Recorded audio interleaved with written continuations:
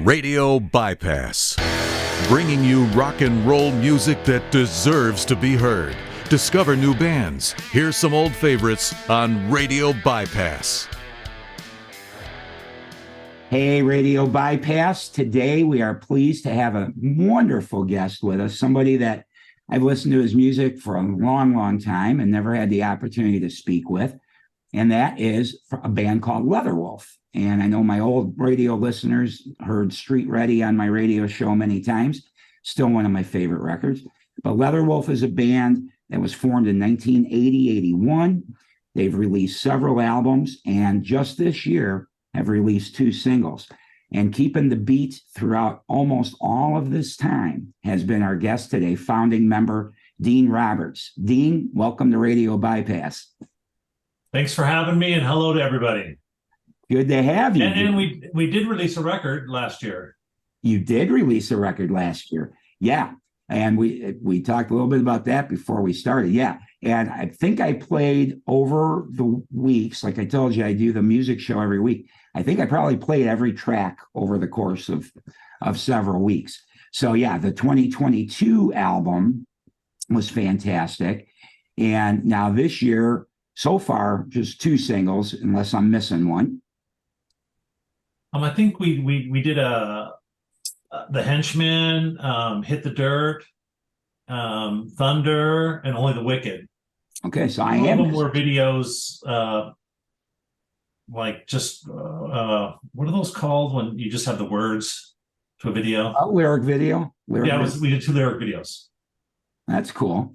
All right, so then maybe that's what I missed then, because yeah, I'm so bad sometimes keeping up with everything, but. What I do know is that Leatherwolf is still going, and you've been there pretty much the whole time. And I just find that remarkable for a band like yours, because what I always think about every time I hear your name, the band's name, or go back and listen to, as I told you, Street Ready has been a favorite of mine since it came out in '89. I think about that. And I can remember having conversations like this with some of our radio listeners, that Leatherwolf is the band that probably got the most overlooked from that time period overall. And the fact that you're still going in 2023 and heading into 2024, I think is pretty awesome. So maybe what we thought you seemed to have gotten somewhat overlooked, maybe that hasn't been the case. What do you think of that? Oh, there's no doubt we got overlooked. You know, we didn't get to tour much. We didn't get to make records every year. You know, so it just didn't really work out for us. You know, that way. You know, but we just did our best to keep our day jobs and just go play shows when we could. You know. Right. And that's still what you're doing today. Now, with the new band. Let's talk about that a little bit. I did ask you about that because I'm so impressed, and I've had people that when they hear the new stuff being very impressed with it as well, that you've been the constant, obviously, but this current lineup you have is just stellar. So can you share with us who else is in the band now? Well, Rob Math has been in the band since like 2010, so he's been the main guitar player since then. Keith Adamiak, we started playing with him as a singer when we started writing the record, because Nuclear Blast wanted us to make a record. So that's how the whole thing started. And then for the studio stuff, we got Barry Sparks to play, which is a phenomenal bass player. Plays with a lot of famous people, and he's like one of the best bass players on the planet. And then we got Luke Mann, who's another killer guitar player in his 20s, and we got Bryce Snyder, who's another killer bass player that plays with us live when we go out and play. Mm-hmm. And is there a third guitar? And there's Wayne Finley, who used to play with Michael Shankner all the time, playing with us. Another great guy, another great musician. Gotcha. Because if I remember back in the early days, that was one of the things you guys were known for, right? Was the triple guitar? Yeah, three guitar players, triple harmonies, just a guitar. It was a guitar. We were a guitar band, pretty much. Right, right, and still are. I'm a fan of the whole theme of the triple axe. Yes, yes. So tell us a little bit about the let me look. I got to make sure which was the last single I featured. I don't think it was Thunder. I think that was earlier. Probably only the Wicked. Maybe it was Only the Wicked was the most recent one. And that song, when I first heard about it at first, I thought was a different song, but Only the Wicked is a brand new track, right? Yep. It's a brand new track. So is that something that you wrote? Because it's Jeff came up with some of the riffs. Robbie came up with the verse melodies. Me and Robbie worked out the vocal stuff, and Keith wrote a little bit of the last verse of the vocals. So it was a bunch of guys that actually got that song finished. nice. So is this the beginning of another album? Will there be a new record in 2024? We're doing some old Leatherwolf stuff, and we're going to re-release the first record, and we're just seeing if we can get shows and actually create some income to pay for it, to see if we can actually keep going. Right. Getting shows, doing stuff. It's just tricky for Leatherwolf. It's always been tricky for us to get out on the road and make some money and pay our bills. Mm-hmm. Yeah, and I'm sure harder than ever now with expenses for everything being up the way they are, gas and lodging and all that. It's probably tougher than ever. Yeah, it's a tricky business, man. It is a tricky business. So if there's any promoters listening and you want to bring Leatherwolf to your town, We'll come. there you go. There you go. Yeah, but like you said, even back in the 80s, you didn't get a chance to get out on too many big tours or anything, did you? Nah. Got a couple cool shows with Queensryche, with Ted Nugent. But nothing, that could get us in the face of the public, so they could actually, see who we are. Why do you think that is? Like, was it lack of record company support at the time? Because Street Ready, it seemed to me, was on its way maybe to becoming a big record. I thought it seemed like there was promotion. Yeah, it got close. I don't know. It's not my department. I don't know how that whole thing works out. A bunch of my friends, like Warrant, and they made it. Mm-hmm. But, I'm not sure how that whole thing works. Gotcha. Well, what's kept you driven then? If you never quite got where you'd like to be exactly, but you've kept this alive all these years, what's the motivation? What keeps you going? I like to play music. I like to play drums. I like to go on the road and play shows, and and I like to sit in the studio and create music. Mm-hmm. So that's my thing. Gotcha. Day job, so I work all the time. So it's just like something you do because you love music. Mm-hmm. Nice. I get that. Well, you being a drummer, who would you say what your top three influences were in your drumming? It would be John Bonham. Cozy Powell was one. I like Van Halen guy. I like Ian Pace was killer. Mm-hmm. There's a bunch of guys that I thought were really good, but I would probably John Bonham's probably my favorite. Neil Peart is killer. Right, of course. There's a bunch of smoking guys out there. Right. Bobby Chazambak, he's another killer drummer. Dean Castronova, another killer drummer. Mm-hmm. But now your style, one of the things that I did want to talk about a little bit is, Leatherwolf is definitely a metal band, no question, but even at times, perhaps a little thrashy. And I had mentioned to you that back in my radio days, one of the requests I get a lot for, which was unusual, was for an instrumental tune from Street Ready, which was Black Knight. And that song is definitely kind of thrashy and kind of melodic. And Leatherwolf, I just always thought it was interesting that and I want to see if you agree that you kind of bridged the gap between thrash and maybe just more like melodic hard rock too. Like you were kind of that bridge between. I don't think anyone tried to do anything. No, you may not have consciously done it, but when you listen back to the music, I think that was a Jeff Gayer riff, and I think Jeff Gayer pretty much put that whole thing together. And I think Jeff was probably like an Al Di Meola, John McLaughlin, Paco de Lucia kind of guy. Mm-hmm. Those guys were just they were amazing, and they were totally progressive in how they wrote their stuff. And Jeff just had melody to how he did his thing. Right. Yeah, I just thought it was always just a cool sound that you guys had collectively. There was something special going on there, no doubt. Mm-hmm.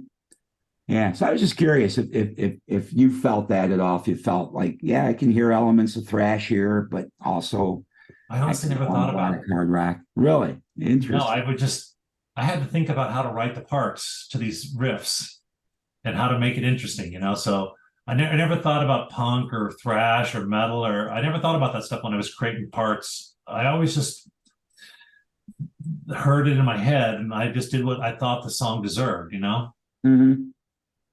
Interesting. So nothing, like nothing in your mind of I want this to be really heavy here or anything like that. No, just here's my song. When I was doing the song "Hit the Dirt," because that's not my style of playing, but I was trying to be a little bit more aggressive on the bass drum parts, trying to match it up with the guitars. And I just came up with that part, for the verse. And I wanted the guitars and the bass and the drums to play together, Mm-hmm. So that was not like my style at all, but I did it and I thought it came out pretty good. So, but that was the first time I started thinking, about that, and even with, when you listen to, Road Rage, that's more like a thrashy punk song, Mm-hmm. I was kind of burned out on when it was originally written. It was called Passion King, and it was just basic. So I just decided to kind of punk it up a little bit, and some people say it could be thrash or it could be punk or whatever, but I never really thought about it as thrash or punk. I just thought it as a little bit more aggressive, Mm-hmm. Interesting. Yeah, and we talked about too, you being a drummer, which is obviously such an important part of a band, right? You got to have your foundation. But you also, on one of these tracks, played some guitar too, didn't you? Yeah, on Kill the Hunted, I played the rhythm. I got lucky enough to get in there and do it. And had you written the part yourself, I assume? Yeah, I wrote the part myself. Yeah. Robbie loved it. And so we just worked on the song and got it to a place, and I got to play on it, It's kind of cool. That is kind of cool. That's awesome. Well, what else? What's next for Leatherwolf? So you're releasing something still this year with some of these? Next year we'll release just a bunch of old Leatherwolf songs that we re-recorded, and one unreleased song that we didn't put on this album. And then right after that, we're going to probably release the first record that we ever made, from Tropical. The first Leatherwolf record. As a new recording or the original? Old recording. It's the original. Gotcha. Because people have been asking for it, and had to get the rights to it, and I had to get permission to do it. So. And that's all secured. It's all secured. Nice. But the other songs that'll be coming out, though, the old songs are new recordings. Currently. New recordings, yeah. Yeah. So that's pretty cool. Yeah. So I sent you a couple songs you can listen to and tell me what you think. Awesome. I will do that. I'll look forward to checking that out. Yeah, I already sent them to you, dude. You should have them. All right. Let me see. Let me check my email right now. I'll be very excited. See, it's so nice, folks, when you get to know musicians like this. You get all this cool stuff. Oh, yeah, I see. Yep, I see 3 emails, 3 new emails from you. So, yeah, I got them. Yeah. That's cool. I'll look forward to that. So obviously a lot of studio stuff, but unfortunately not a lot of gigs booked right now. Anything down by you? Anything in Southern California? We might be doing the NAMM show. We're definitely going to play the Whiskey A Go-Go in April. we're just trying to get some festival shows, get some shows somewhere, get to Chicago, anywhere we can get a show to play, because Mhm. the record's good. It is good. We can play it. Mm-hmm. So I think once people, know about it and come see us, I think that'll start something, Yeah, I think so too. Well, I think it's, while we're talking about that, I actually want to write down a couple. So at the end, when I do these interviews, I always like to add a couple of songs at least at the end of the interview for people to check out. But sometimes I like to ask the musician that I'm talking to pick a couple. So for sure, I can tell you right now, I want to definitely add Only the Wicked and Thunder, the new Thunder. What else? Give me a song. I'm going to add whatever you pick. I would pick The Henchman. And the new song I sent you, I would play. It's an old song. It's called Spirits in the Wind. That's from the Street Ready record. Yeah. That one. Okay. But this is a different version. Different version. Gotcha. So I get to be a world premiere of that? Pretty much. Nice. The Henchman. Okay. And Spirits. And Spirits is another tune off the Street Ready record that I like. It's killer. And this version sounds good. I mean, I worked on it and got it sounded really, really good, I think. Okay. If you think so, I'm sure I'll think so, because everything you guys have been putting out in recent times has just been great. I think I told you, I've heard from several people when they've heard the new songs on the show that they're like, oh my God, it's like they're discovering Leatherwolf for the first time. And then I remind them, oh, did you remember this record I used to talk about a lot and stuff? But yeah. I recorded this stuff. And plus we got Randy Burns, who's a phenomenal engineer and a phenomenal mixer. He mixed our first record and he mixed this record and he just made it sound killer, ballsy, heavy metal. It's just, this is a metal record, and it sounds metal, and it's got some balls to it. That's awesome. Maybe the key to the live gigs is Europe. They love straight up metal. Well, we've been trying to get there too, but we're getting no love. Last year we were getting some offers, but I broke my wrist, so I had to pass on the offers. But this year we're getting nothing. Darn. Well, maybe spring. Who knows, dude? It is what it is. What can you do? Yeah, it's like gray hair, man. You got no say. It just happens. That's or true. It don't. That's true. Well, I'm glad that you've kept this band alive for all these years as a fan of the band, and like I told you, particularly that Street Ready record has never left a regular rotation in my playing as time goes on. So I'm glad you're keeping it going, and I hope that you can get some of these live dates, and we just got to get the word out. So everybody, make sure you stick around at the end of this interview and check out this new material from Leatherwolf, because it's just amazing. And if you're not familiar with the band from before, if you're not old like me and we're around the first round of Leatherwolf, you got to check out 21st Century Leatherwolf, because it's awesome. And I appreciate the love, buddy. Yeah, no, it's pretty good. Yeah. Pretty good for a drummer. It's pretty good for a drummer, for sure. But you're more than just a drummer. You don't hear too often the drummers writing songs or playing a rhythm guitar part. So you got a little bit more going on. I'm not even close to being able to play like Rob or Luke or Wayne. Those guys are a whole nother level, dude. Right. Well, so your job's to be the human metronome. So that's really your main thing you got to worry about, right? Yeah. That steady beat. The beat. Exactly. Which is also important. Got to have a foundation. Speed up, you screw up the singer. Slow down, you screw up the singer. So, all right. Well, great. Well, I guess that's all we'll talk about for now. And I'll play these songs at the end of this. And I'm just really glad that we were able to get together and you're able to stop by, because I just like to share the Leatherwolf love. I appreciate it. If you have any friends that want to book us or can get us out to your town, we're in, anywhere on the planet, we'll go as long as we can, cover the cost. We'd love to play. There you go. And guys, Leatherwolf is easy to find on social media. Plus, I think you still have a leatherwolf.com website as well, correct? Yeah, Leatherwolf Metal. Leatherwolfmetal.com. So check these guys out. And if this is new to you, if you're not familiar, if you are familiar with Leatherwolf, but kind of maybe said, I haven't really listened to their recent stuff, listen to what's coming up. Yeah, you can go to Bandcamp, Leatherwolf Bandcamp, and you can hear all the songs for free. Perfect. So do that, guys. Give a listen to these guys, and then try to support them, though. Still buy a physical copy. Help them out a little bit. Yeah, you can get like Big Cartel. We got vinyl. We got CDs at or at Big Bandcamp. Plus, we got shirts. Big Cartel. Awesome. Shirts like this. Very nice. Very stylish. Leatherwolf. I like it. I like it. Metal. Right on, man. So anyway, guys, just check these guys out, and thank Dean Roberts for coming by and sharing a little bit of his time with us. Really appreciate you being here, Dean.